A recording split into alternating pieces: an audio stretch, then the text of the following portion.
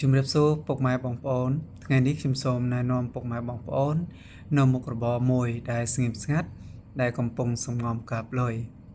ក្នុងមួយខែគឺប្រជាកសិករនៅប្រទេសចិនទទួលកម្រៃពីការលក់កណ្ដូបបាន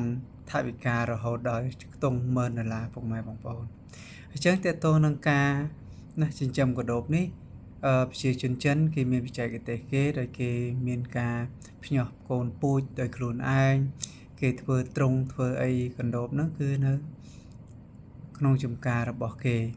ហើយចំការរបស់គេជាតិសោតគឺគេបានដាំប្រភេទស្មៅផ្អែមពុកម៉ែបងប្អូន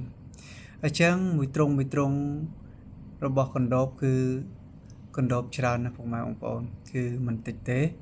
គឺរាប់លានក្បាលពុកម៉ែបងប្អូនអញ្ចឹងកណ្ដូបនេះនៅពេលដែលគេប្រមូលផលរួចគេបានចែកចាយបាទទូទាំងប្រទេសចិនបាទហើយកណ្ដូបនេះគឺជាការពេញនិយមបំផុតនៅក្នុងប្រទេសចិនអញ្ចឹងប្រសិនបើពុកម៉ែបងប្អូនមានដីណាជាការអីនៅសល់បងប្អូនអាចសាកអនុវត្តតាមដូចជាបច្ចេកទេសនៅប្រទេសចិននេះមើលក្រែងទទួលផលបានច្រើនព្រោះនៅក្នុងប្រទេសខ្មែរយើងបច្ចុប្បន្នគឺមានអ្នកចិញ្ចឹមមួយចំនួនដែរពុកម៉ែបងប្អូន